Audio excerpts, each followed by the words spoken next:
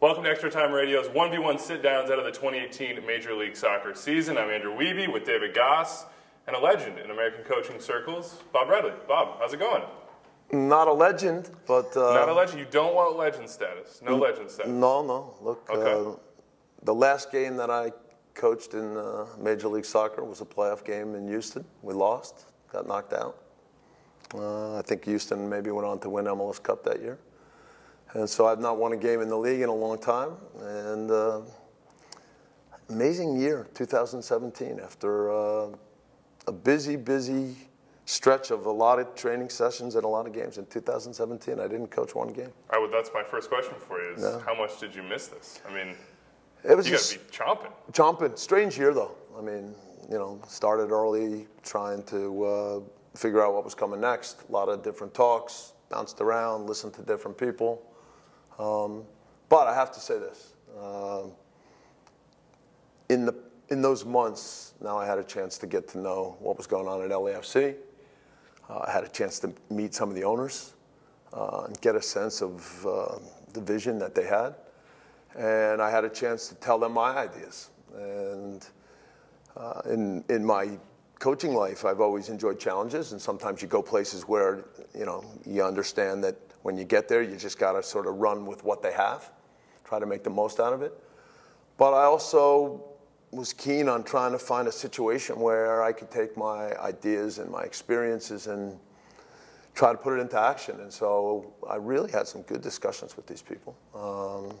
Had a great meeting early one morning with Peter Guber, which I have to say it's one of my best hour discussions of all time.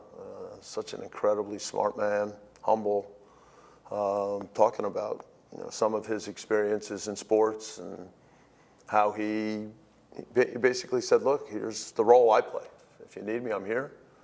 If you don't need me, I'm a phone call away, but I understand. But when you're around smart people and people who have vision and have had incredible success, you get excited. So out of all of that, the second half of the year is then trying to figure out how to build a staff and how to start to put a team together. So I've enjoyed that part, but I'm really ready to start training. We're going to talk a lot about LAFC before we get there. You mentioned it's been 10 years since you've coached in this league. We wanted to ask you about how it's evolved now. Full disclosure, you came in here on fire to come into this interview. I want to ask you, if you saw this 10 years ago, would you be happy? Is this league in a place that you wanted it to be 10 years later? I see all the great things that are going on. And so when I go down Figueroa and I see the stadium, all right, and obviously I've been in some of the newer stadiums in the league. I was at MLS Cup this year. The way the city of Toronto has embraced their team. Had a chance to go to Mercedes-Benz and get a real feel for everything that's going on in Atlanta with their exciting team and the incredible season that they had. So, I see all that. But when you say, what do I expect or how happy am I? Look, I have high standards. I still love seeing games where tactically they're good, where you see some real sense of purpose on both teams, where teams are prepared but also willing to take chances, where there's a willingness to go for 3 points and have some attacking ideas, some fluidity, some sense of on this day, here's the kind of football we need to play in order to not only win the game but have an exciting game and have our fans feel good about what we're trying to do. So do I think that happens all the time? No. I still think that there's days where we don't see enough of that. But again, I've been in different places. And so you also have to recognize that, look, the game's not perfect anywhere. And so you appreciate the teams, the clubs, the managers, the players that do manage enough days to make it different. And so when I come in on fire, it's because that's what I want. If I get into discussions with people here, I don't want the discussion to be this superficial, oh, we've got new stadiums and this is up or this, like, come on, let's go a little more. I've been asked to do interviews. I've been asked to do podcasts since we didn't qualify for the World Cup, and I've not done any because, honestly, there's a million people talking right now.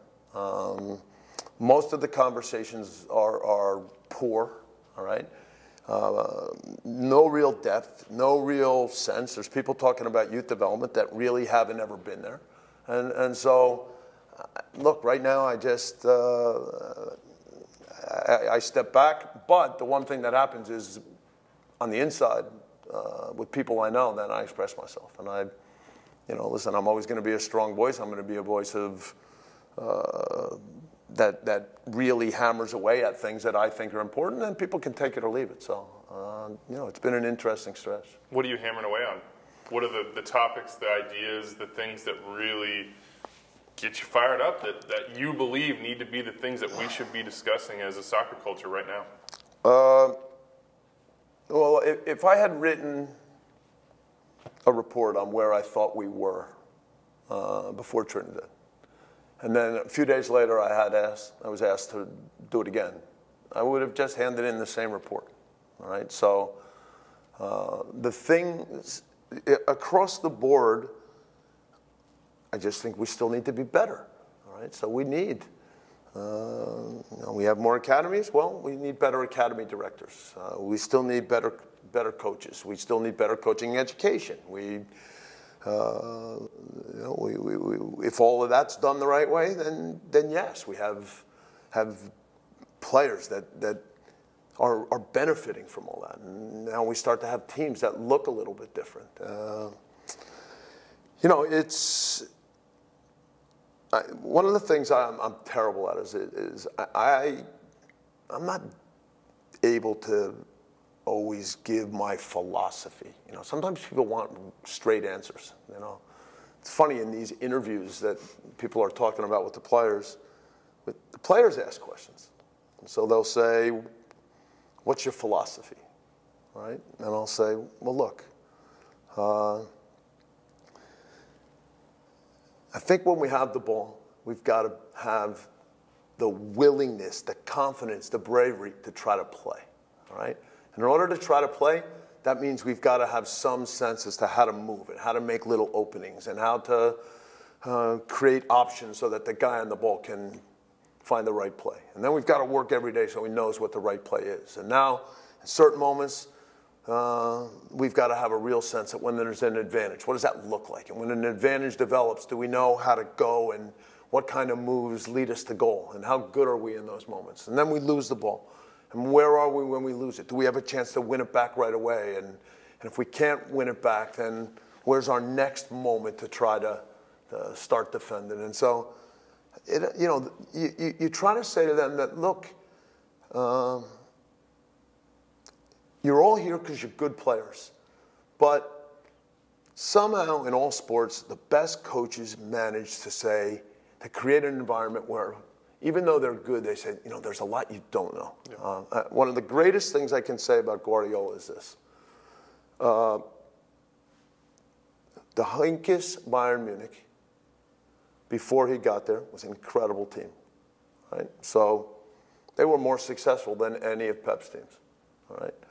But still, when Pep got to Bayern Munich, to a man, all these guys that had success under Heynckes, that had success for the German national team, that have been winners all over the world, to a man, they all felt that he was trying to make them better, that he had some capacity to challenge them, open up their brains, say, come on, this is how you can do this better. And so, look, I try to do that, and that doesn't mean I can get in everybody's head, and that doesn't mean I'm Guardiola, but, the idea that we're going to have a football environment where every day when we come in, we're going to try to figure out, come on, how do we play? How do we do this better?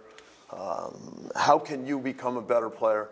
And so, I try to get that across. And so when I read or hear people who sort of in such general ways talk about our game, and then we throw out things like pay for play, and then we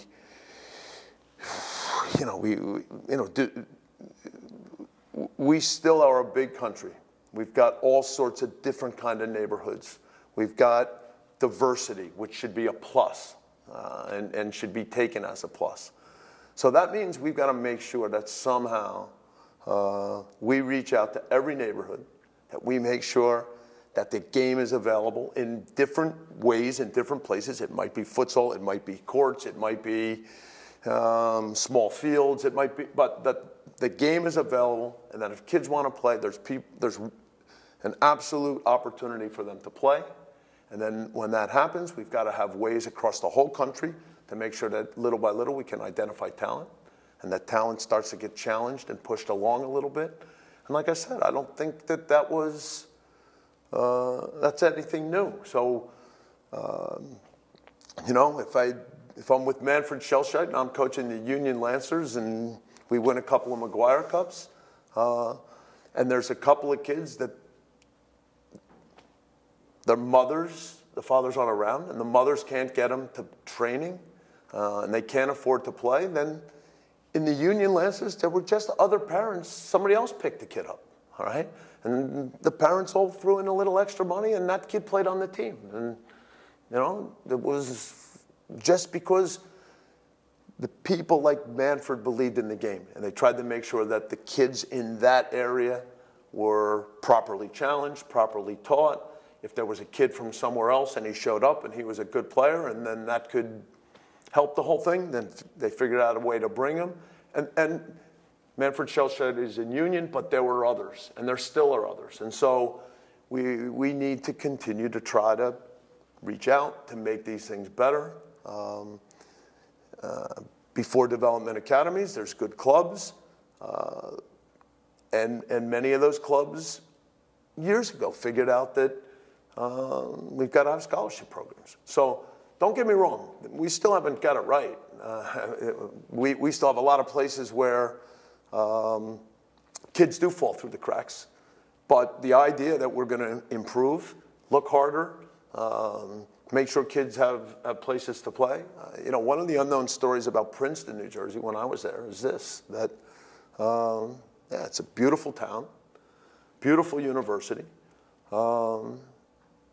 and I used to sometimes jog in different parts of town, and I knew that there was a section of town where there were a lot of Hispanic families. And every time I ran through that neighborhood, there were kids playing soccer. And so when I finally finished doing stuff in Union with Manfred, now I said, okay, let's see if we can start trying to do a little more down in the Princeton, Mercer County area. And I said to the people at the Princeton Soccer Association, you got all these kids that are playing soccer all the time, and none of them are playing in the Princeton Soccer Association. So you're not doing a good job. And so until all those kids are playing, then something's wrong. And so little by little, we found ways to make that happen. And so I think that there's been plenty of examples of that. We need to keep doing it. But, in the moment, I don't like the dialogue. So. All of these ideas you have, all the things that you want for U.S. soccer, why was LAFC the right job? Is it an opportunity for you to build something for people to look to? Something that you can build to maybe try and change the dialogue?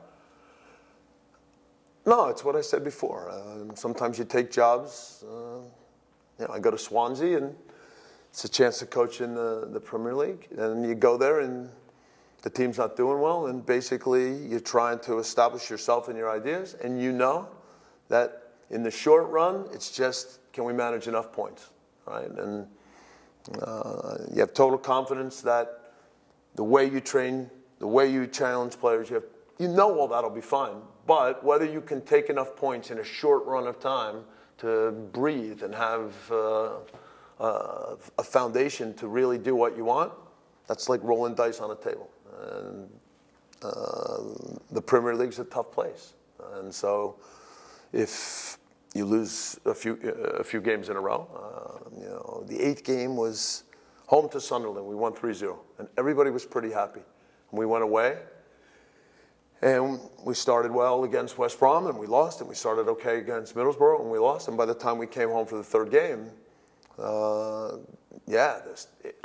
the atmosphere inside of the stadium was tense, and the players knew it. And so, that's the nature of that league. So you go to a place like that, and it's just, can I get my arms around this? Can we take points in the short run? And then when you don't, then obviously that's just the way it is. And that's the way it is for Frank de Boer or Bob Bradley or whoever. I mean, there's been plenty of 11-game stretches since I left Swansea that have been the same or less, okay, because that's what happens in that league, all right?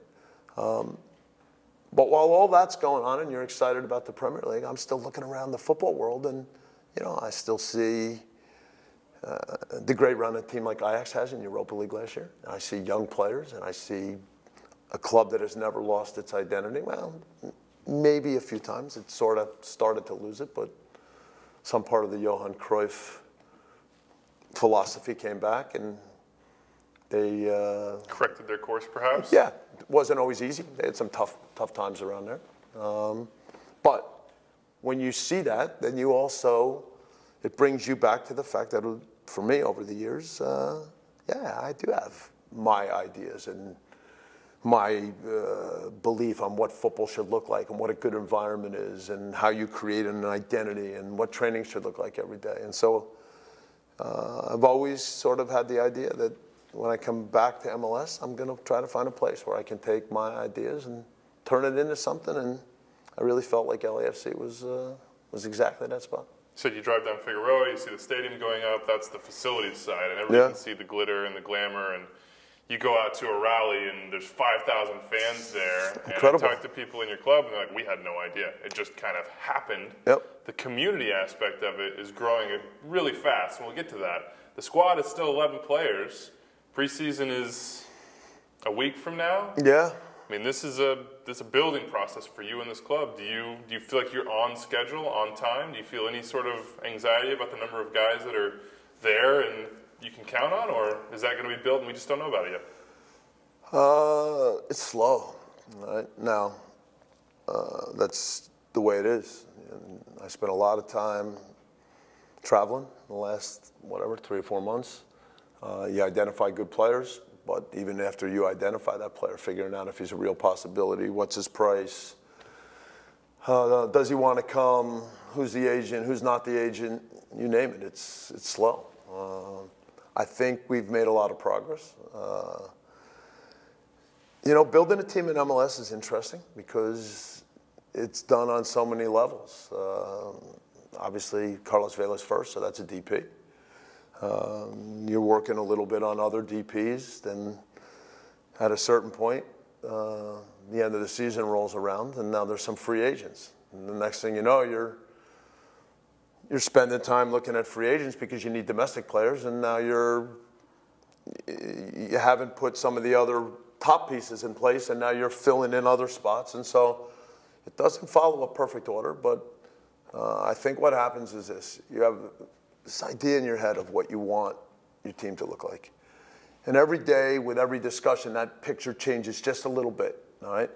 The big idea of what you want it to be never changes, but the small details do change. And,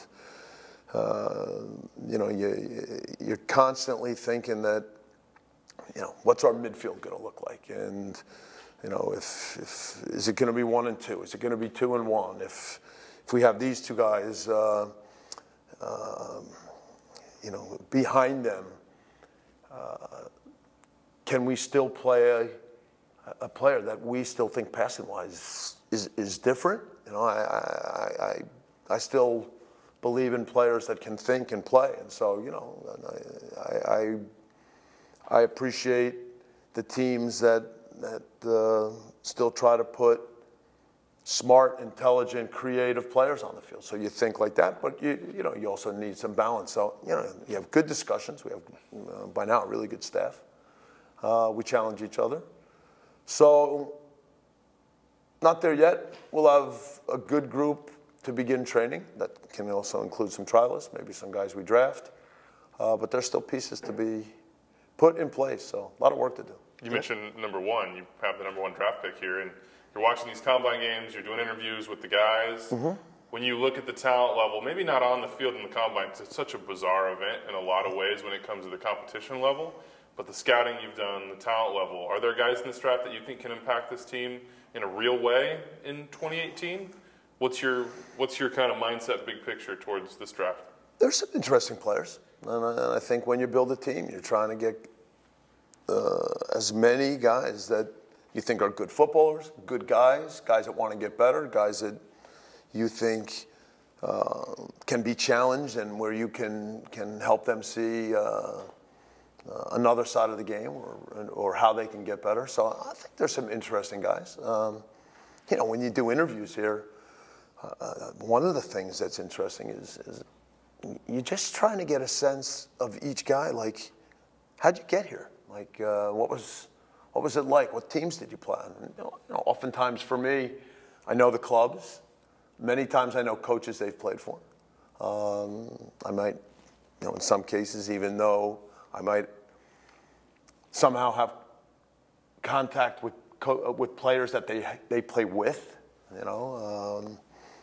My nephew is on the team at the University of Virginia, and so when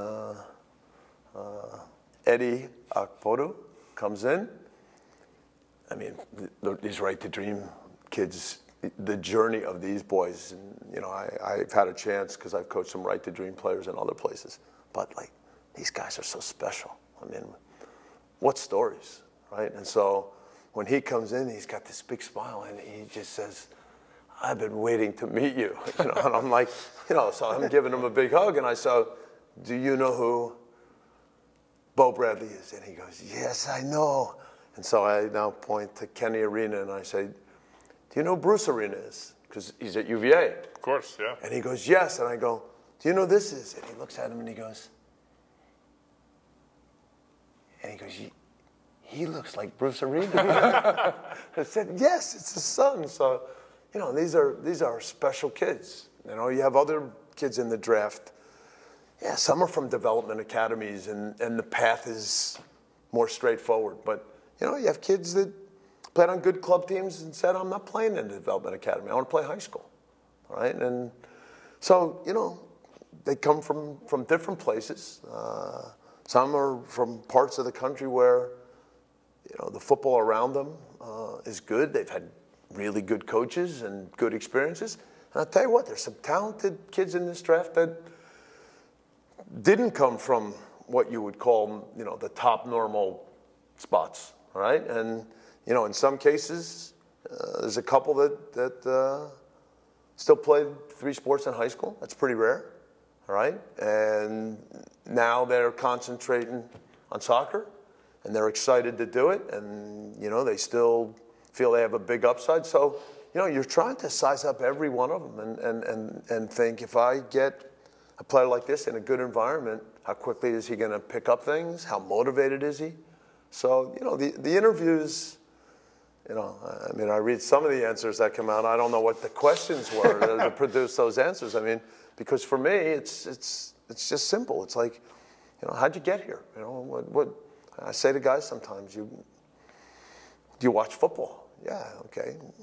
Is there any players you watch that you don't watch because you like them, but you actually watch because you think there's something in him, in the position or the physical attributes, something in him where you think that fits me, right? And it's a positive sign. A lot of them are on target, I'll give you a good one. When we were watching Gordon Wilde, I said, there's a little bit of Lucas Podolski there, right? Foot, yeah. There's a little bit of Lucas Podolski. So now Gordon Wilde's in there, and I said, listen, do you watch football? Is there anybody that you've watched? And he goes, yeah, Lucas Podolski. And then, my young assistants were impressed at that. They thought, guess what? Maybe this guy isn't so stupid after all, So, yeah, that part is good, So for me, you come, you watch. Even before you talk to them, when you watch it, you get a little sense as to, where they've been. And then you talk to them and you get a little more information and then try to figure out who are the guys that fit in. You talked about the big picture and filling in the little pieces. The high end, though, in MLS is so important. Of course, your son a part of this TFC team that's driven by those DPs. You've got 2 in place already. What can Diego Rossi and Carlos Vela be for this franchise, for this squad? Can they be guys that lead for you? Obviously, Rossi much younger and Vela much more experienced. Yeah, I mean, for Carlos, it's a big challenge, right? And he knows it. So, I mean, can he come here and be an exciting top player? I mean, in some ways, can he come here and be Messi of MLS? I mean, it's scary to throw Messi into anything, but the bottom line is that for Carlos, given everything he's done, he has still special talent, and so can we get that out of him? So, he's excited to be in Los Angeles. He left Cancun when he was probably 15. Obviously, he then leaves, goes to Guadalajara first, and then he's on to London. Then he's off to San Sebastian and does really well at Sociedad. But he was, he made his mind up. It was time for a new challenge, and he wanted to come to Major League Soccer, and he was really excited about Los Angeles. But he also knows that there's a lot now riding on what happens on the field for him, and he's excited about that. And so, I want to challenge him the right way. Diego Rossi's now different. Now we're into this sort of young DP category. You guys know Peñarol is a big club in Uruguay, and if you play at Peñarol, Maxi Rodriguez, Walter Gargano, you're playing with guys that know how to win. And so if you're a young player and you're getting time at Peñarol, then your pedigree in terms of competing and knowing what the game is about, your pedigree's high. And Diego's a humble kid. When he was a little younger, he was mainly a striker. Now, in the last season, he's used more tilted either way, but he still does a very good job of coming from wide areas and getting to the goal. Scores some really good goals. He's fast. He's deceptively fast. When certain moments come, he can take off. So it's exciting to work with him. So we have one that's more seasoned, because certainly La Liga and everything that Carlos has done has prepared him to really know what the challenges would be like. And then on the other hand, you have a young one that is determined to break through here. He knows exactly what happened in Atlanta, and he knows those players. And so when young South American players come to Major League Soccer and do well, believe me, the rest of these guys see it. So that's a great thing. So yeah, he's excited. That's 2 DPs. That's 2. MLS fans know there are 3 slots. Yes, you're right. Is there any sort of feeling that you need to have that in place in this window, or are you willing to wait? What sort of profile positionally or even just generally might you look for in something like that? We're in a bunch of discussions. I still, when I'm talking football with you guys, to have the kind of team I want, you have to have a good midfield. And so you have to have players in the midfield who can think and players who can move, and you can control a game because the passing, the fluidity, all that part is worked on and taken care of. So we're in some good discussions with midfielders. I think bringing Benny Fallhaber helps because when you get good football going and Benny can be a part of it, it's only going to be better.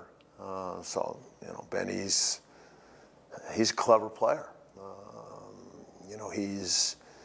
He's got subtle ways to get you on the wrong foot. He can slip certain passes through the defense. Sometimes he's clever at a ball that he just chips over a defender. He's got an ability to score in and around the box, just outside the box. So I think Benny's got football in him, and now we've got to have some other guys that do as well. So you do interviews and you say that Barcelona had Busquets and Xavi and Iniesta, and so we have Benny, and so we still got work to do. Tell me there's any small chance, 0.1%, that maybe you get Mohamed Abu Treka to come out of retirement and come and play for LAFC? Yeah, he's retired, but Treka, what a legend. Treka is one of the greatest guys that I've ever been around. And,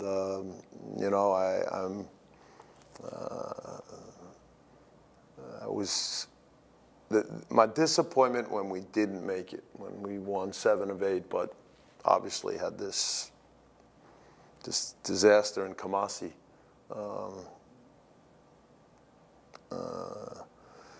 Was knowing that Treka wasn't going to get to play in a World Cup, but Treka knew, and I knew that Salah and Nene and Agazi and all these other guys now.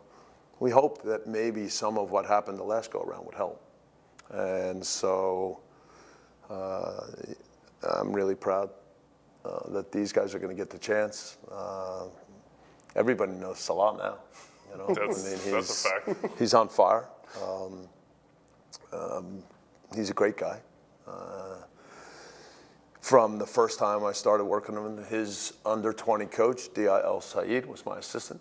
And so the under-20 World Cup in Colombia was in September of 2011. I got there in October.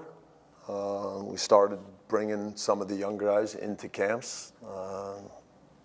February 1st was Port Said, the massacre. So at that point, there's no games, and so all we can live on is camps and going outside the country for friendlies. So it was in that time frame that now all these young guys had the chance, every camp, every match, to get their feet on the ground. And so by the time we played the first 2 World Cup qualifiers in June against Mozambique and Guinea, Salah was already established. The understanding on the field between Treka and Salah. Somewhere in your archives, our winning goal against Guinea to win 3-2 in Conakry was late in the match, and it was Treka slipping a great little pass to Salah. Salah, with his trademark run from outside in, starting on the right, coming inside, scoring with his left foot by bending it into the far corner. So it was a great win in Conakry, and I'm excited that those guys have done well. Omar Gabr was in all those camps. He's great friends with those guys. He's the same age. He was on that same U20 team. And Omar is a real personality. He's smart. When I was there, Salah spoke some English. Nene at that time, none. Actually, now it's not bad. But Omar actually, throughout that whole time, spoke pretty good English. He's smart. And so, very well liked. For all you digital content people, I think he's got a high number of followers on Insta and stuff like that. So check it out. Come on, one of you guys get on it right now. I think he's got 1.3 million followers on Insta. So, that's not bad. So I don't know. Why do you next interview. How do I know? Yeah. Because I'm way smarter than most people think. All right? I promise you. All right. I don't think anybody's that. Yeah, No. Look, I don't tweet, but when you live outside the country, Twitter is a way to stay current, all right? And so I follow, all right? And I follow some people in terms of politics. I follow some football people. I follow some clubs.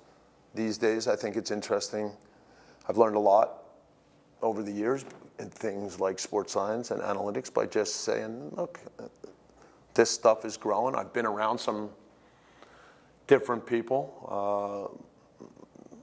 Years ago, I interviewed for the Michelin job, and the ownership at Michelin is the same ownership at Brentford, so that's Matthew Benham. And you guys know who Ted Knutson is? Of course, yeah. Okay. I've hosted Sloan Sports the last 3 years. He was on the panel last year. Good. So when I went to interview for Michelin, I didn't go to Denmark. I went to London, and I went to the company, and they gave me their ideas on football, which was all numbers. And that's the first time I met Ted. And I really like him. I stay in touch with him.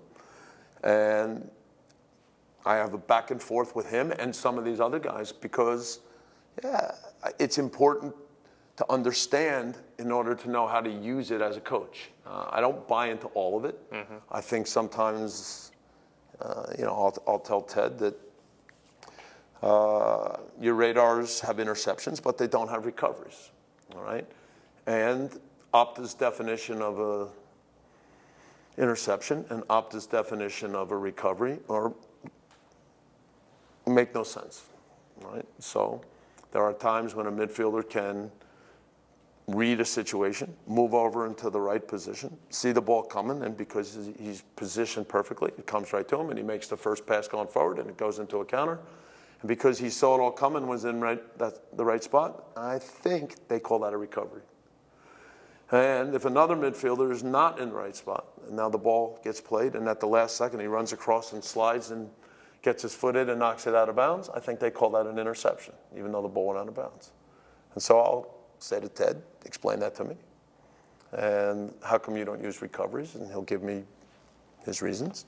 But, whether it's that or expected goals or whatever, I've enjoyed using Twitter as a way to keep sharp. And so when I read bad articles, when I see some stuff that comes out in MLS. So I have a question for you guys. Here's a good question. If a coach prepares a bad game plan, okay, or puts the wrong guy on the field, then, obviously he loses credibility.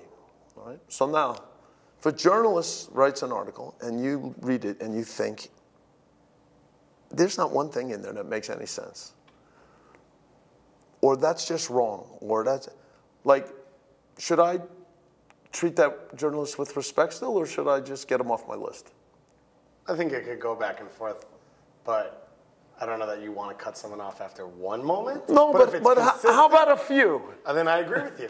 No, I think everybody determines credibility in their own way and prism. Me too. So I think that everybody has a decision to make, right? Yeah, no, and look, I say that because, a long time ago, in a press conference, somebody had written something that was just wrong, and I happened to say, I don't know where you got that from, but that's wrong. And the press conference had 50 people in it. And afterwards he came to me and he said, I just wish you hadn't said that in front of everybody. And I said, yeah, you're probably right, that wasn't nice. But the article you wrote got read by way more than 50 people. Yeah. And so, look, you got to have thick skin. And so give and take. I came in here obviously giving you guys a hard time. Yeah. But I do think that, real discussions, and again, I come here and I do the best I can, but I can't. There's certain things that, I got to be a little careful publicly at times. But behind the scenes during this tough period, we need more real discussions, when Alexi does this rant at halftime, honestly, it's just a circus rant. It has nothing to do with football. So I tell you that right now. It's just, and so anybody who even bothers commenting on that, it's just, that has nothing to do with football. That has nothing to do with the U.S. team. That's just some guy, and it's more about self-status and the whole bit. And so that stuff annoys me, right? And if it's Stephen A. Smith and that's what he's paid to do, then I sort of get it, and then you decide, okay, am I going to watch that? But then every now and then I think, well, you know what? I sort of remember that Alexi played on the national team, and that in some form or fashion, he's supposed to be the voice of an ex-national team player talking about things. And so in moments like that, yeah, I get, honestly, the whole thing just throws me off track. So I just don't feel like we get at the real issues enough. And I think that's an issue right now. So we'll see what goes on. But it's a tough period, I think. Well, we're always open for you to tell us when we're wrong. I can raise my hand and say that Bob has definitely told me when I've been. Look, I appreciate that. I'll give you my email and you can send me things. No, I don't do it on email. Come on, man. It's got to be done in person. That's much better. Okay, I appreciate that. Agreed. Or, occasionally, an exchange of emails. But no, look, good dialogue's important, right? Yeah. And our game has come a long way. But I tell you, well, you talk about the generalizations, and that's what we've run into is you said pay to play offhand. It's constant with the 7 or 10 buzzwords, but it's really hard to find people. I think because the problem I'll give you a good one. Look, I engage some of the promotion relegation guys, okay? And so I'll do them a favor and not tell you their names today, right? And I appreciate the passion that some of them have, okay? But every now and then, one will try to tell me that, this is going to solve everything. And I'll say, look, I've been in this game way longer than you, okay? And we need more good coaches. And just by having promotion and relegation tomorrow, we don't all of a sudden have way more good coaches, Okay? So you've got to try to understand, and you know, I gave him a hard time because I said to him, it's easy for you to think that you're on the outside. And, you know, it's like the bit where you grew up on the wrong side of the railroad tracks. And I said to him, so you think I grew up on the right side? You know, listen, after I didn't win a Gold Cup, I got exiled for 6 years, my man. Yeah. All right? And so, you know, don't bother trying to pretend that, you know, you're on. Look, we're all in this game together, all right? And promotion and relegation is a good discussion, but there are plenty of promotion relegation people where that's their agenda and they try to take every other football thing that should be discussed and turn it into promotion and relegation. And that's a waste of time. So let's talk about LAFC, the season coming up here.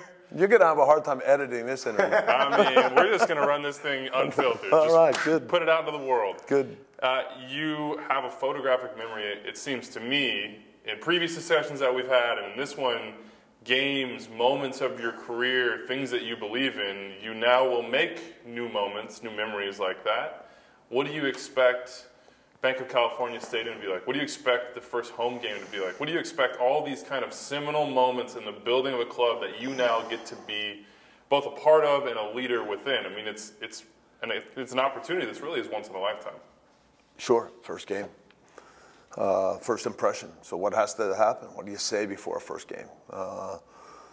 You say, go out and play football, all right? You know, the things we've worked on for X number of weeks, go, you know, play. Show people what we're all about. Let's really go out and play our football. By that time, you try to establish what our football is. Yeah, you want to win. But that idea that over time you have an identity, one of the incredible things about LAFC is this. We have a chance to connect with the heart of the city, right? And, you know, if you've been lucky to travel around the world and do it in a football way, there's a lot of great clubs. But the ones that have the stadiums right smack in the city, you know, there's something that's so unique and so special about that. And so, you know, I spent some days in Bilbao a few years back. They have the Thinking Man's Film Festival, and they did We Must Go, which was one of the documentaries when I was in Egypt, and they'd asked if I would be a guest of the club and come and speak. And it fit in, I think I was in Norway, but it worked. It was in preseason, and we had a weekend. And, you know, I had been there before, but Bilbao is an example where that club and obviously their identity as a Basque club and how they're so proud. And they say that any kid that comes through and is a good player knows that he has a chance to play in our first team, right? They see that as an advantage compared to Barcelona and Real Madrid. They say, this is our advantage, right? And then that stadium right there in Bilbao. And so any place where there's that identity between the city and the club and those fans, and we have that chance. And so there's a lot of great people at LAFC. The young millennial crowd there is pretty damn impressive, I got to say. Whenever I go to the Experience Center, there's staff meetings on Friday, and you go, and everybody says a little something, and, you know, I try to come up with a little something different for them every week, because when you go there, the energy and the vibe from these people, and they have driven things, some have been there 2 and 3 years, and they've created momentum. And so the responsibility now is on us and then the team and the players to be able to take that momentum and turn it into something every time on the field. So that starts from the first game. It's a big responsibility. Like I said, you always want to win, but there's this part of establishing who you are and how you play and what you're all about. That's identity. And, you know, in 1993, our Princeton team made the Final Four, and there's still guys that played for that team that have a copy of a letter that I sent to them before the season. And so that's a long time ago, but it's me at that time having this idea that I wanted to, on paper, with a letter, which nobody does letters anymore, but, basically say, come on, this is what we're going to be about, all right? But it wasn't something that I dreamed up and then just printed out. It was a process to get to that point, but then the final sort of letter is to say, come on, let's not forget. We said this, we did this. And so, I believe in that. I think that's what happens in good clubs. I think that's what good leaders are all about. And so, I couldn't be more excited. As an expansion team, we saw Atlanta and Minnesota kind of have two different seasons last year. We've seen Seattle come in on a high, Portland struggle in their first year. Where can an expansion How about squad... Chicago Fire? You guys never seem to talk about... I was just about to say, every year when they don't win Cup, are you at home like... No, that's not true. You didn't let me get there. Oh, no, okay. No. I was in a flow. I was getting there. We don't need to. I'm kidding you. Look, let's talk the current situation, all right? But where can a team fit in? How can you be successful first year? You get the right players. You create the right identity. You start to play football. You gain confidence. And then you have a chance. And so it's silly before the season to know exactly where you're going to finish. But as the season unfolds, you start to get a sense of whether you have something. And if you do a good job, if the players, before I spoke about what happens when they come in every day. And if you create something where every time they come in, that sense of purpose, that football, the details of movement, the details of reactions, the mentality, the whole thing, right? If you can create that, then at a certain point, the players are ready to take it and run with it, and then you have a chance. And so, it's too early. What did you say? 11 guys? Yeah, I think it's 11. Yeah, so that's enough for a team. Don't have a goalkeeper yet. Who are you putting the gloves on? We do have a goalkeeper. Tyler Miller. Oh, Miller, yeah. I announced the expansion draft. I know that. Okay, so, somebody said the other day, if you had a game right now, what would you do? Okay, so Tyler Miller. Boom. It's the goalie. Okay. Given what we have right now, Stephen Bettishaw can play on the right. Has that been announced yet? No. Has not. Okay, I just announced that? Yeah, there are rumors that have if that rumor comes true, fruition, then I have just announced that Stephen Bettishaw could play on the right, but so can Omar Gabber. Okay. Can he play wing? I'm going to get to that. Okay. Use his line. Okay. Walker Zimmerman, Laurent Simon, Jordan Harvey. Can we ask questions while you're going, or wait? Sure. No, go ahead. Simon and Zimmerman, how do those two fit together? Because they're both guys who seem to like to attack the ball. They're both guys who have played with someone else who maybe sits back a little bit more and reads the play while letting them go forward and try and stop attacks early. How do you see them fit together? There's some teams defensively that when they attack, they're very good at, there's no terminology. In some parts of the world, they call it rest defense. In other places, Scandinavia, they say offensive marking. Okay. But what that is that when you attack, you are doing a good job of taking the people who are behind the ball and not just having them stand behind the ball, but push them into certain spots so that when the other team wins the ball, you have already started to take care of problems, right? And so there are teams that are, I guess, proactive in how they start to defend. So all of Guardiola's teams are like that. Right? And so what you see is that they have an ability oftentimes to win the ball back faster in their own half, and that they stay compact because they're pushed up quicker and they're not just backing up. Right? And so I think that you are trying to get center backs who aren't afraid to step up and make plays. We all hear Pep sometimes, and he says, to play center back at Man City, it's a big job and it's really hard. Well, he's right, because what he's saying is, there's a lot of space back there, all right? But if you want to be a certain kind of team, then you have to challenge guys to say, and if one goes, the other's in good position, and where's the outside backs? And, and so this is part of, if you're saying to your team, come on, let's be brave, let's play football, there's a lot of people that say, what does that mean, okay?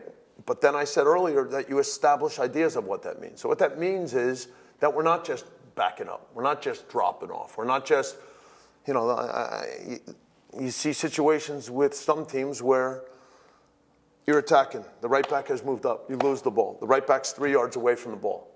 All right? But somehow he puts his head down and he runs back into his position. The other backs all drop back. And then they start defending deeper. Look, some teams like to defend deeper and maybe use the space to counter. That's fine.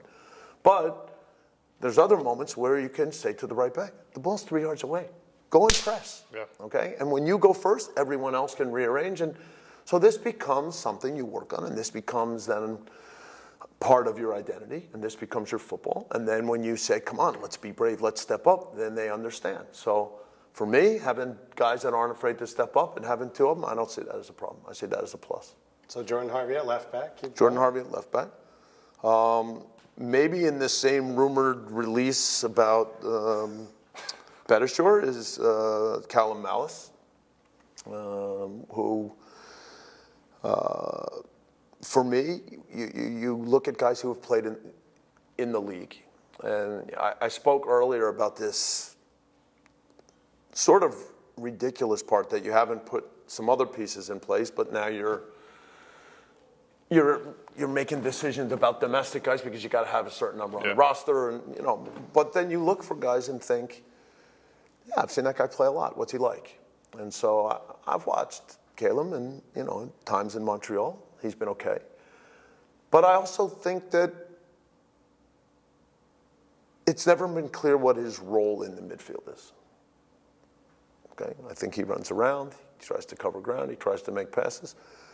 So I'm going to work with him as a deeper midfielder. Now, will he be the best one we have? I don't know. You know, if Busquets comes, then Caleb's going to be second. But I am excited to work with him in that way and say, look, you know, this is an area of the field where I think you can grow, where you don't have to run all over. In fact, don't run all over. Yeah. All right? But understand that if something's happening 10 yards up from you, you can step up and you can be the first guy. Understand that when we have the ball, the little ways that you drift, find space, can be the first pass. That's important. The idea that you can still play passes forward, that you can make good decisions. So, yeah, I'm going to try to work with him a little bit like that. That also means we have Benny. Yes, we need another midfielder, but since today we're talking about 11, and this rumored Steven Bedishore is going to play as the right back, then today, honestly, Omar Gabr could also play in the midfield because he's done that for Zamalek. And then we have Carlos Vela, Marco Urania, Diego Rossi. Haven't spoken yet about Latif Blessing. So loved that pick, by the way. Yeah. So I mean, I think we have some interesting attacking players. You know, I watch guys and have an idea how they play. You know, I think Latif has played well from both the left and the right, and actually in other moments he's played inside as a whatever, 9 or false 9 or something, and he comes off defenders. He's not a big guy, but he's, I mean, I've seen him. Messi's not big either. I've seen him winning headers in the box on the movement, the shiftiness. He's strong. Yeah. He can dance a little bit. Yeah. I mean, look, there's plenty of ways to play football. And again, when I challenge football thinking, I mean, you know, somebody said to me, you know, you have these discussions here this week. Well, we need a 6. Okay. And you say, out of curiosity, do you care if your 6 can pass? All right. Do you care if he can pass forward? Defensively, are you just worried about destroying, or if he's smart and takes away certain things and stop other things from happening? Is that good too? Do you see that? So, you know, there's all these different variations on how you play. And so, you know, if you're a team and you get pressed and you're not good with the ball, and now you have to put a lot of balls forward, probably that's not an easy game for a small, quick striker up there trying to handle long balls. But if you can play out of pressure, and if the striker can come away from the defenders, and the defenders aren't sure whether they should come tight or what's going to happen, or If they come tight, then you've got wide guys who are now running into the gaps. Then all of a sudden you create football problems. And so that's what good teams do. And so I don't believe in this. Everybody profiles players, but I've seen enough football over the years that, when you see